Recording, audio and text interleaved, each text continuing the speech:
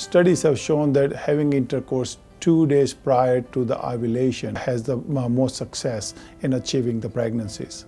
Current use of ovulation predictor kits, which measures the luteinizing hormone in the urine, has been shown to be positive roughly 1 to 2 days prior to the ovulation, and this is the most fertile days of the ovulation.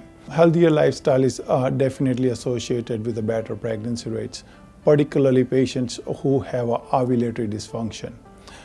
We also know that smoking is associated with a decreased fertility in a man as well as women. In a man, it is associated with abnormal sperm parameters.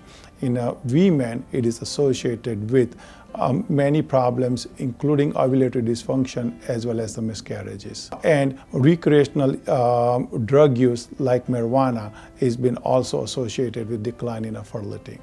Women who are too thin or too obese also have a reduced pregnancy rates.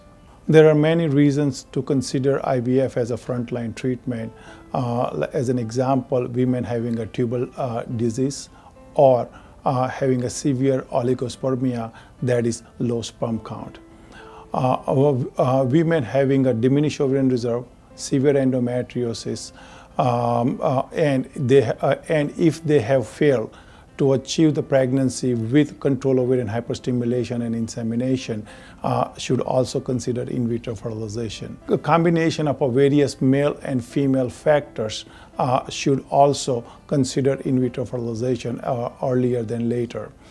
Women who are seeking aneuploidy screening through pre-implantation genetic screening, or if they are carrying certain genetic diseases in their family, should also consider in vitro fertilization.